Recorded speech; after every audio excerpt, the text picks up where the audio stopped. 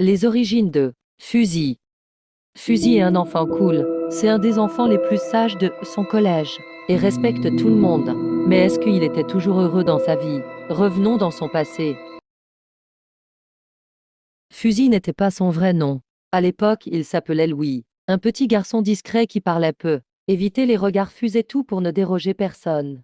Mais même son silence des dérangés. Il était autiste diagnostiqué tôt oui, mais compris jamais. À l'école, les autres enfants l'appelaient le robot, il riait quand il répétait certaines phrases ou faisait répétitives pour se calmer. Il lui arrachait ses feuilles quand il se dessinait les mêmes formes encore et encore pendant la récréation. Il le poussait, l'encerclait, faisait semblant d'imiter sa voix. Et les adultes fermaient les yeux. Il faut qu'il apprenne à vivre dans le monde réel. Mais personne ne cherchait à comprendre le sien. Chaque jour, il rentrerait avec un poids invisible, un vide dans la poitrine.